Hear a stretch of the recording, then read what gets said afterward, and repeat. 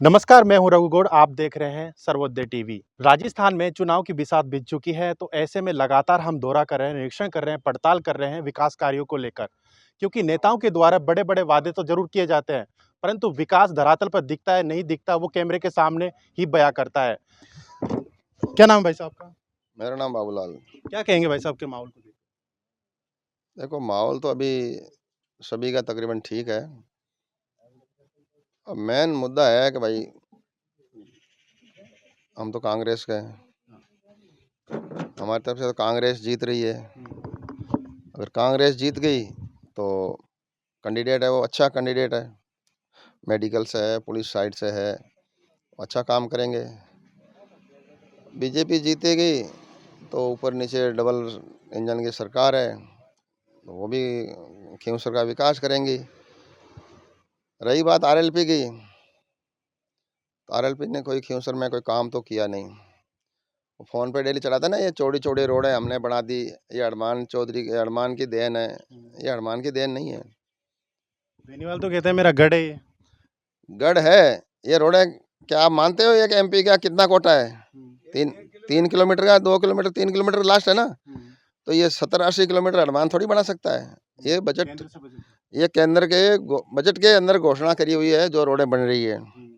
ठीक है, छाप चाहे किसी की हो, छाप अपनी है ये कि हाँ ये रोडें मैंने बनवा दी। हाँ, उनका काम है हुल्लड़ करना, धरना देना, पत्थर बंद करवाना। कोई गांव में अगर कोई मजदूरी कर रहा है, कोई पत्थर निकाल के अपना उसको बंद करवा देना, वोट नहीं दिया तो। और युवा पीढ़ी को बर्बाद करना। ज्यादातर युवा पीढ़ी में देख रहा हूँ लगातार हनुमान बेनीवाल के नारे लगाते हैं, कहीं पे भी जाते हैं। देखो, जो ज़्यादा बोलता है, ज़्यादा फुदकता है, ज़्यादा कूदता है ना, तो ज़्यादा बच्चे तो ज़्यादा उसी के पीछे पड़ेंगे ना। ये बूढ़े थोड़ी जाएंगे, बूढ़े समझदार है ना।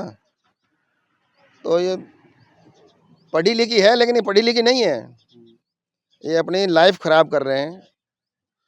जो उसके साथ गया ना पीछे, कोई अगर एक दो नौकरी लगा हो तो आप बता दो, इतने आदमी बैठे हैं कोई गांव में कि हनुमान के पीछे घुमा और वो नौकरी लग गया। हनुमान बेनीवाल ने अपनी वाइफ को यानी पत्नी को टिकट दिया है, तो लोग कह रहे हैं कि कार्यकर्ता को टिकट देना चाहिए था। आप कैसे देखते हैं? वो तो उसकी देखो मर्जी है। भरोसा नहीं है उनको कार्यकर्ताओं वो, पर। हाँ, उसको दूसरे के ऊपर भरोसा नहीं है और वो दूसरे को ऊपर आने नहीं देना चाहता कि कोई दूसरा आरएलपी में आके और जीत के बैठ जाए, वो अपना गढ़ बना। वजूद खत्म नहीं करना चाहते। उसने अपने भाई को ही नहीं दिया तो वो दूसरे गांव वाला कैंडिडेट को कौन देगा? पार्टी दूसरे को देगा क्या? भाई को नहीं दिया ना, पहले भाई को दिया, अभी भाई को नहीं दिया, उसको भाई को देना चाहिए ना, पहले वो जीता हुआ है। हनुमान बेनीवाल काम करियो नहीं किए नहीं करिए। कांग्रेस बीजेपी मैं तो बीजेपी से। बीजेपी हाँ। बीजेपी में क्या काम दिया? बीजेपी में बहुत अच्छा काम कर रहा है, सब कुछ कर रहा है। नहीं, क्या काम दिखा यहाँ पर? तो यहाँ पे तो 5-10 साल से तो हनुमान बेनीवाल। नहीं, बीजेपी यहाँ नहीं करा तो क्या बात है, बाकी जगह तो कर रही है, सब जगह हिंदुस्तान में पूरे और बाहर पे भी आज बीजेपी है, सरकार की है। और लोग कहते हैं पर्ची की सरकार है, जो भी वहाँ आधे से दिल्ली से आते हैं। नहीं नहीं, वैसा कुछ नहीं, ऐसी पर्चे की सरकार कुछ नहीं है। ऐसे बीजेपी की सरकार है, जो भजन लाल जी बोलते हैं वही होता है ना। यहाँ पे समस्या क्या है? यहाँ तो समस्या कुछ नहीं। क्या नाम है आपका? मेरा नाम पतराम है जी। क्या कहेंगे अभी यहाँ पर माहौल को लेकर? मॉल हम तो यही कहते हैं कि बीजेपी जीतेगी। हनुमान ने बहुत रुला दिया, पीछे छोड़ दिया, नशा सिखवा दिया बच्चा ने। और तेजा जी है अपने जाटूंगे, वहाँ भी झंडा अपना चलाता है। ये हनुमान बेनीवाल बोलते हैं, आपस में लड़ाई होती है जाटांगे। हम तो यही कहेंगे कि हनुमान जी ने जो विकास करवाया उससे तो कोई संतुष्ट नहीं, आपने भी घूम के देखा है। और रही बात बीजेपी की, तो डांगा जी कम पढ़े लिखे हैं और बोल रहे हैं पर्ची सरकार है, तो काम पीछे से अप्रूवल करते हैं, तो पीछे से अप्रूवल मर्जी से करते हैं। जैसे डीआईजी साहब हैं, तो मैडम और दोनों पढ़े लिखे हैं, डॉक्टर साहब की बहुत अच्छी जानकारी है, नॉलेज है, सब कुछ है। और इनका मतलब लोगों की देखभाल करना, सेवा करना इनका मेन उद्देश्य यही है। और इन्होंने बेटा सिद्धार्थ सिंह चौधरी, उन्होंने बहुत अच्छा काम किया है बहुत। और डीआईजी साहब खुद ने नौकरी लगाई बहुत पब्लिक को। तो सबसे यही है कि एक बार कांग्रेस को जिताओ, अच्छा विकास होगा और अच्छे सब कार्य होंगे। तो आप भी युवा हैं और कुछ युवा हैं जो बेनीवाल के समर्थन में नारे लगाते हैं। देखो, एक हाथ की 5 उंगलियां भी बराबर नहीं हुए। अभी उनकी सोच है, लेकिन जो उनको चिपक गए तो उनको छोड़ नहीं सकते। ये तो नेताजी की ख्वाहिश थे, उनके फिर पीछे बढ़ जाते हैं किसी भी रूप में। और लोग है ना, बच्चे कम युवा के है जो को 2 नंबर का धंधा करते हैं, एमडी है, इसमें है, डोडा है, अमल है, तो वो डरते हैं अगर हनुमान शिविर से रहेंगे तो पहुंचा जाएंगे। एरिया में ज्यादा होता है कि ये काम? हाँ ये ज्यादा है हमारा इधर एरिया इस पे में। नकल रखने के लिए कुछ इधर तो अवैध खनन और 2 नंबरी तस्करी उन पे ज़्यादा विशेष ध्यान दे रहे हैं। वो सब नेताजी के रहते हैं, नेताजी पक्ष लेते हैं। और नेताजी क्या लेते हैं, हर कोई लेते हैं जिसके साथ में रहते हैं वो। लेकिन डीआईजी साहब तो अच्छा काम करते हैं और अच्छे की सपोर्ट करते हैं। गलत काम को कभी वो नहीं बोलते हैं कि करो ऐसा, वो तो बोलते हैं पढ़ाई लिखाई करो, अच्छा जॉब करो। क्या नाम बाबूजी आपका? हनुमान बेनीवाल काम करियो? कहीं हो गए मारा कर वहाँ काहे काम करनो और मालूम काहे करनो मैं कह दियो काम मैं करा कार्य लागे किने वोट दियो? हैं किने वोट दियो? वोट किसने? Congress, BJP, RLP? Vote Congress दे दा। कांग्रेस। हाँ आपका नाम क्या है? तख्ताराम। किने वोट दियो? मैं तो कांग्रेस ही यहाँ आज हूँ आज तक, और कांग्रेस ने वोट दिया, सब कुछ किया, वो कांग्रेस की देन है। बीजेपी तो बनी बनाई धनी बनी है। 70 साल से मतलब आज तक भी कांग्रेस ने काम किया है। किसी ने बना करके तैयार किया, उसका धनी बने हैं ये तो। कल आई है बीजेपी तो।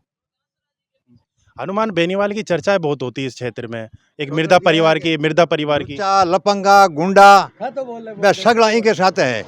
अरे भाई बोले भाई शौकार आदमी तो घर में बैठो रहे, यार बदमाश हुए रुला खुला हुआ बे तो रोड पे ही रही न भाई, रोड पे हंगामा ही करी और कहीं करी, मांगो धंधो ही वही है।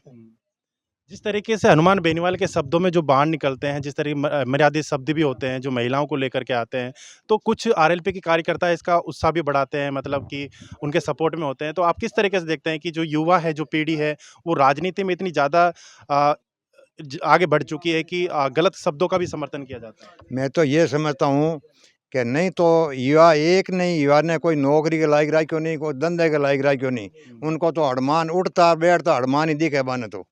और डीआईजी आम शिवाजी सिंह जेड़ा केड़ा एड़ा आदमी बा डॉक्टर यार दुनिया भर का उसने काम किया है और निःशुल्क काम किया, किसी से एक पैसा भी नहीं लिया, ऐसा आदमी है वो। तो सही आदमी तो वही है। आपको उम्मीद थी कि रतन जी को टिकट मिलेगी यहाँ से कांग्रेस की तरफ?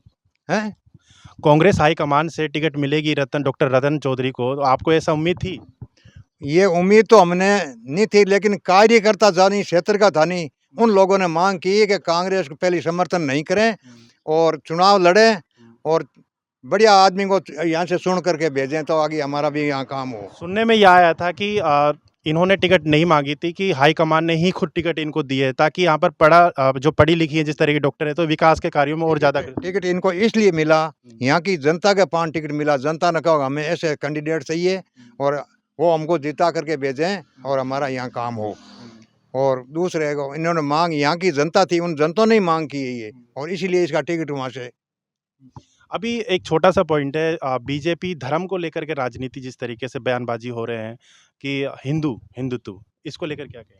ये बहुत माड़ी बात है कि आज पाकिस्तान से हिंदुस्तान में मोहम्मदन ज़्यादा है, तो ये कोई बात चलने वाली नहीं है। ये बीजेपी की बहुत गलत बात है। भाईचारे से रहना चाहिए। और पाकिस्तान से हिंदुस्तान में ज़्यादा, तो ये कहाँ जाएंगे ये बताओ पहले आप मेरे को। जा सकता है कहीं? हिंदुस्तान खाली हो सकते हैं क्या? हमने तो 71 की लड़ाई लड़ी है पाकिस्तान हिंदुस्तान की, और सब हमने देखा है। और सबसे मतलब कहीं है सरकार है, वो तो मैं तो ये मानता हूँ कांग्रेस है, बीजेपी वो चाहे कोई, मैं तो किसी को नहीं मानता। जो परेशानियाँ थी, जो काम किया है पहले की टाइम में, माँ राजा महाराजा टाइम में कितने संघर्ष करके और आज़ादी दिलाई और भारत को आज़ाद करवाया। कितने आदमी जेल गए, महात्मा गांधी तक भी जेल में रहे नहीं रहे, ये तो आपको सबको मालूम है। तो लोग कितने लोग जेल गए, और जब जाके ये भारत आज़ाद हुआ। और अब उस टाइम भी मोहम्मदन तो उस टाइम भी यहाँ थे ही, लेकिन अभी इनको क्या सिर दर्द हुआ है कि 70 साल में कांग्रेस तो नाम ही नहीं लिया, भाई मोहम्मदन है हिंदू है। अब इनके सिर में दर्द हुआ है कि ये मोहम्मदन, तो मोहम्मदन कहाँ जाएंगे? तुम चले जाओ और तो क्या हुआ, लेकिन मोहम्मदन तो इंडिया छोड़ के जाने से रहे।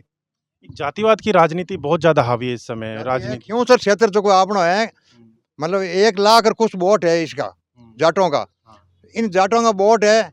ये कभी कभी यूँ कह देते हैं कि मैं तो जाटों के पान ही विधायक बनता हूँ, तो कई लोग इन तरह भी चक्कर में आ जाए। वही अभी ऐसा हो रहा है ऐसा। हाँ, ये भी हो रहा है। एक हनुमान बेनीवाल का एक बयान आया था कि उन्होंने कहा कि अब की बार अगर हार जाते हैं यहाँ से तो उनका जो 20 साल का जो संघर्ष है वो खत्म हो जाएगा। राजस्थान में हनुमान बेनीवाल का ये हारने के बाद में कोई काम ही नहीं रहेला, और नहीं इसको विधानसभा में बढ़ने देला, और नहीं ये प्रदर्शन करने देला कहीं इसको। और ज़्यादा करेगा तो फिर ये तो मालूम ही है कि सरकार क्या करेगी, वो तो सबको ही मालूम है। कानून तो हाथ में कोई ले नहीं सकता। काम तो होगा सब कानून से ही होगा। और हमारा भी विधानसभा का ये अभी चुनाव हो रहा है ना, इस चुनाव के माँ भी ये कर दिया इन्होंने कि भाई जो कैंडिडेट है वही बूथ तक जा सकता है, नहीं तो हनुमान जी जा सके यार, नहीं टोडासरा जी जा सके, और कोई नहीं जा सके, बट सिर्फ वही आदमी जावेला जो को जिसको वोट देना है, और या खुद कैंडिडेट है तो वहां तक पहुंच सकता है। ऐसा भी किया है अभी। और ये हमेशा जो को नकली वोट पड़ते हैं वो वोट इस बार नहीं पड़ेंगे, वोट बिल्कुल सही पड़ेंगे, ईमानदारी से पड़ेंगे। तो भाई हम तो यूं कह रहे हैं हम तो जीतेंगे, और रत्न चौधरी को कांग्रेस को जिता रहे हैं। जिता करके भेजेंगे।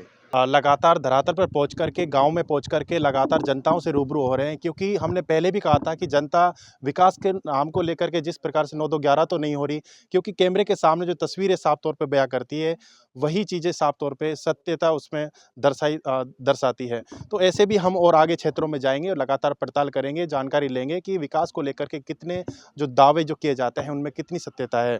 कैमरामैन मुकुट अजनोटी के साथ रघु गौड।